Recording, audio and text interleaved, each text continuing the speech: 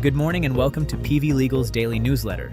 Today we bring you a landmark judgment from the High Court of Karnataka, a judgment that will bring enormous relief to e-commerce operators, logistics companies, and indeed every registered GST taxpayer across the country.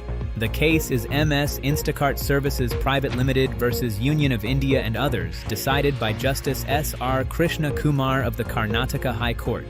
Instacart, the logistics arm supporting Flipkart's marketplace sellers, had challenged the constitutional validity of Section 16 subsection 2 Clause C of the CGST Act and Rule 36 sub-Rule 4 of the CGST rules. These are the provisions that deny input tax credit to a purchasing dealer simply because the supplier has not deposited the tax to the government, even when the purchaser has paid the tax in full, in good faith, against a valid invoice. The petitioner's argument was simple and powerful. How can the law require a purchasing dealer to ensure that its supplier pays tax to the government? That is an impossible obligation. The supplier is not under the purchaser's control. There is no mechanism to monitor a supplier's GST 3B filings or verify actual tax deposits in real time.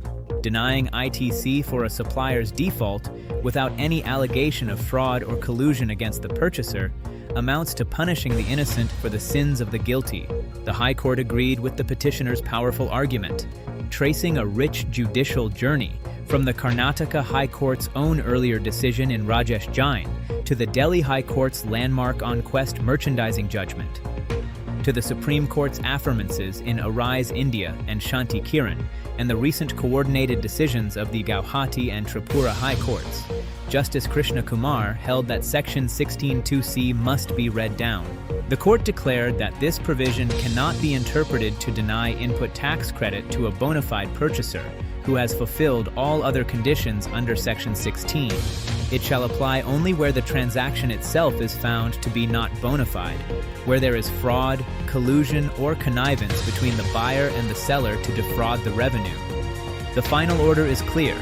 Section 16, subsection 2, Clause C of the CGST Act and Rule 36, sub-Rule 4 of the CGST rules are read down to protect bona fide recipients from the consequences of supplier default.